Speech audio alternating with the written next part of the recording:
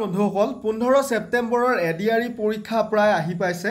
এই সময়ত অন্তিম এখন নোটিছ আহিছে এছএলআৰচিৰ পৰা যে প্ৰাৰ্থীসকল সতৰ্ক হ'ব লাগিব 15 সেপ্টেম্বৰৰ পৰীক্ষাৰ বাবে। যদি 15 সেপ্টেম্বৰত আপোনালোকৰো পৰীক্ষা আছে, এই ভিডিঅ' ভুলতো মিছ নকৰিব। এখন আপোনালোকলৈ বৃহৎ আইন আহিছে 15 সেপ্টেম্বৰৰ পৰীক্ষাৰ বাবে, অতি গুৰুত্বপূৰ্ণ। আপোনালোকে এডমিট কাৰ্ডখনৰ ইনষ্ট্ৰাকশ্যনখিনি পঢ়ি চোৱাটো উচিত, কিন্তু চিন্তা কৰিব নালাগে, মই ইনষ্ট্ৰাকশ্যনৰ দৰকাৰী বস্তুখিনি এই ভিডিঅ'তে জনাই দিম। এইবাৰ অসৎ উপায় প্ৰতিৰোধী আইন ব্যৱস্থা আহিছে 2024ত এই এডিআৰই পৰীক্ষাৰ বাবে। আজি 12 সেপ্টেম্বৰ হয়, এতিয়াও হাতত 3 দিন আছে। যদিহে এতিয়ালৈকে একো পঢ়া নাই, আমাৰ আছাম জিকেৰ এই পিডিএফটো লৈ পঢ়ক। ইয়াতে মাত্ৰ 300+ কুৱেশ্যনতে Assam history, Assam polity, Assam education, Assam economy চব লুকাই আছে। আৰু ছায়েন্স এণ্ড ৰিজনিংটো ইম্পৰ্টেণ্টে হয়।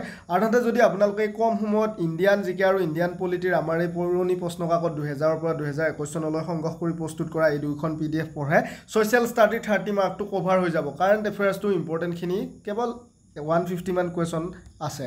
ইংলিছ গ্ৰামাৰখিনিও ওপৰে চাব পাৰিব এই 2-3 দিনৰ ভিতৰতে আপোনালোকে। আনহাতে মেথছো আছে। মেথছ আপোনালোকে 015 এই কোডটো ইউজ কৰি কেৱল 199তে ল'ব পাৰিব। পুৰণি প্ৰশ্নবিলাকো পাব, আনহাতে চিলেবাছো কভাৰ আছে। ইংৰাজী অসমীয়া সকলো মাধ্যমতে আছে। 3 দিন পঢ়িয়ে শেষ কৰিব পাৰিব মেথছটো। এই আটাইখিনি ছাবজেক্ট আপোনালোকে কেৱল 15 সেপ্টেম্বৰৰ পৰীক্ষাৰ বাবে নহয়, 27 অক্টোবৰৰ গ্ৰেড 4 বা 29 সেপ্টেম্বৰত ডিগ্ৰী লেভেলৰ পৰীক্ষাৰ বাবেও ল'ব পাৰে। ধুনীয়াকৈ কমন পাব। আমাৰ এই 15 সেপ্টেম্বৰৰ পৰীক্ষাৰ বাবে আপোনালোকে আছাম জিকে, এতিয়ালৈকে যাৰ একো পঢ়া হোৱা নাই, ছায়েন্স, ইণ্ডিয়ান জিকে, ইণ্ডিয়ান পলিটি, কাৰেণ্ট এফেয়াৰ্ছ, এই 5খন যদি পিডিএফ পঢ়ে কিছু আগবাঢ়িব। পৰীক্ষাটো আপোনাৰ প্ৰায় ভাল হোৱাৰ চান্স এটা আহি যাব।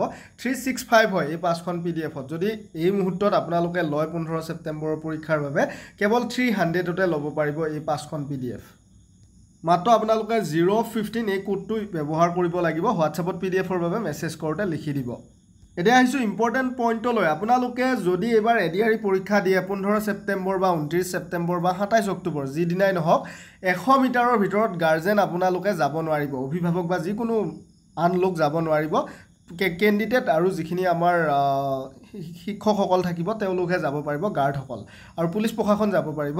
আনহাতে পৰীক্ষাৰ্থীয়ে এডমিট কাৰ্ডৰ বাহিৰে লগত একো নিব নোৱাৰিব। পৰীক্ষা কেন্দ্ৰলৈ আপোনালোকে নীলা বা ক'লা বল পেন নিব পাৰিব, পেঞ্চিল নিব পাৰিব। আনহাতে আপোনালোকে কোনো ধৰণৰ খালী কাগজ নিব নোৱাৰিব, কাৰণ কুৱেশ্যন পেপাৰৰ তলতে ৰাফ পেজ থাকিব, তাতে আপোনালোকে মেথছখিনি প্ৰেক্টিছ কৰি এনচাৰ কৰিব পাৰিব। আনহাতে আপোনালোকে ATM কাৰ্ড বা ড্ৰাইভিং লাইচেঞ্চ ATM কাৰ্ড বা আপোনালোকে যিকোনো ধৰণৰ ঘড়ী আৰু মানি বেগ, বেল্ট, কঁকালত মৰা বেল্ট, ইলেক্ট্ৰনিক সামগ্ৰী, কোনো ধৰণৰ গাড়ীৰ চাবি, কোনো ধৰণৰ একোৱে নিব নোৱাৰিব লগত। ইয়াৰ পিছতে আপোনালোকে পৰীক্ষালৈ কেৱল পইচাৰ আৰু নগদ ধনখিনি নিব পাৰিব। আৰু এইখিনি আছিলে ইম্পৰ্টেণ্ট বস্তু। কুচক্ৰ আৰু যদি নকল হয় তেতিয়াহ'লে 10 বছৰ পৰ্যন্ত কাৰাদণ্ড, 10 কোটি টকা পৰ্যন্ত জৰিমনা হ'ব পাৰে। ধাৰা 2 এইটো নতুনকৈ আইন আনিছে। এই আইনখিনি আপোনালোকে স্ক্ৰীনশ্বট কৰি পঢ়ি চাব। তো আপোনালোকে নকল কৰিম বা কিবা যদি তেনেকুৱা ভাবি আছে তেতিয়াহ'লে সাৱধান হ'ব, কাৰণ বহুত জৰিমনা আৰু শাস্তিৰ ব্যৱস্থা কৰিছে, যি অসৎ উপায় অৱলম্বনৰ আইন আনিছে সেই আইনৰ জৰিয়তে। তো এটা কথা মনত ৰাখিব, পৰীক্ষা কেন্দ্ৰলৈ আপোনালোকে এডমিট কাৰ্ড আৰু নীলা বা ক'লা বল পেন, আনহাতে কাঠ পেঞ্চিল নিব পাৰিব। ATM কাৰ্ড, ড্ৰাইভিং লাইচেঞ্চ বা ভোটাৰ কাৰ্ড বা পেন কাৰ্ড লগত লাগিব। আৰু আপোনালোকৰ কি নিব পাৰিব, ন্যূনতম নগদ ধন নিব পাৰিব। আৰু কোনো ধৰণৰ একো বস্তু আপোনালোকে লগত নিব নোৱাৰিব। আনকি গাড়ীৰ চাবি, কঁকালত মৰা বেল্ট, জোতা, এনেকুৱা ধৰণৰ বস্তু আপোনালোকে পৰীক্ষা হললৈ নিনিয়াই ভাল হ'ব। ধন্যবাদ।